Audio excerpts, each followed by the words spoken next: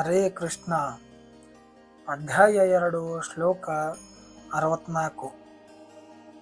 ಈ ಶ್ಲೋಕದಲ್ಲಿ ಆಸಕ್ತಿ ಮತ್ತು ಅನಾಸಕ್ತಿಗಳಿಂದ ಮುಕ್ತನಾದವನಿಂದ, ಆದರೆ ಇಂದ್ರಿಯ ವಿಷಯಗಳನ್ನು ಇಂದ್ರಿಯಗಳಿಂದ ವರ್ತಿಸಿ ನಿಯಂತ್ರಣದಲ್ಲಿ ನಿಯಂತ್ರಕ ಸ್ವಾತಂತ್ರ್ಯವನ್ನು ಅನುಸರಿಸುವವನು ಭಗವಂತನ ಅನುಗ್ರಹವನ್ನು ಹೊಂದುತ್ತಾನೆ.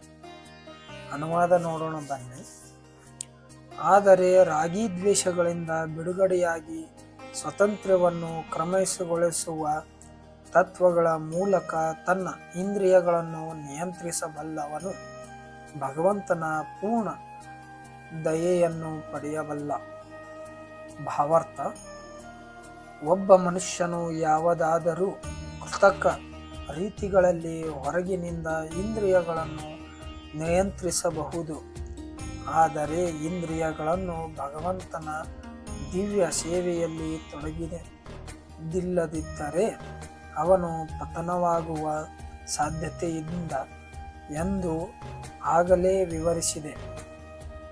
ಸಂಪೂರ್ಣ ಶ್ರೀಕೃಷ್ಣ ಪ್ರಜ್ಞೆಯಲ್ಲಿರುವ ಭೋಗಾಸಕ್ತಿಯ ಮಟ್ಟದಲ್ಲಿದ್ದಾನೆ ಎಂದು ಭಾಸವಾದರೂ ಅವನಿಗೆ ಶ್ರೀಕೃಷ್ಣ ಪ್ರಜ್ಞೆ ಇರುವುದರಿಂದ ಭೋಗಾಸಕ್ತಿ ಇರುವುದಿಲ್ಲ. ಶ್ರೀಕೃಷ್ಣ ಪ್ರಜ್ಞೆ ಇರುವವನು ಮನುಷ್ಯನಿಗೆ ಶ್ರೀಕೃಷ್ಣನ ತೃಪ್ತಿಯೇ ಮುಖ್ಯ, ಬೇರೇನೂ ಇಲ್ಲ.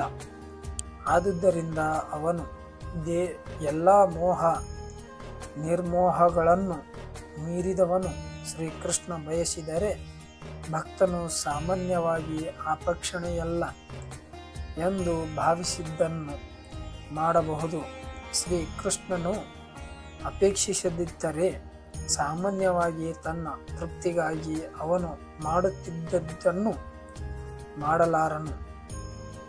ಆದುದರಿಂದ ಇನ್ನೇನಾದರೂ ಮಾಡುವುದು ಅಥವಾ ಮಾಡದಿರುವುದು ಅವನ ಕೈಯಲ್ಲಿದೆ, ಏಕೆಂದರೆ ಅವನು ಕೃಷ್ಣನ ಆದೇಶಕ್ಕೆ ಅನುಗುಣವಾಗಿಯೇ ಕೆಲಸ ಮಾಡುತ್ತಾನೆ. ಈ ಪ್ರಜ್ಞೆಯ ಭಗವಂತನ ಅವಾಚ್ಯ ಕರುಣೆ. ಭಕ್ತನು ಇಂದ್ರಿಯಾಸಕ್ತಿಯನ್ನು ಹೊಂದಿದ್ದರೂ ಈ ಕರುಣೆಯನ್ನು ಪಡೆಯಬಹುದು.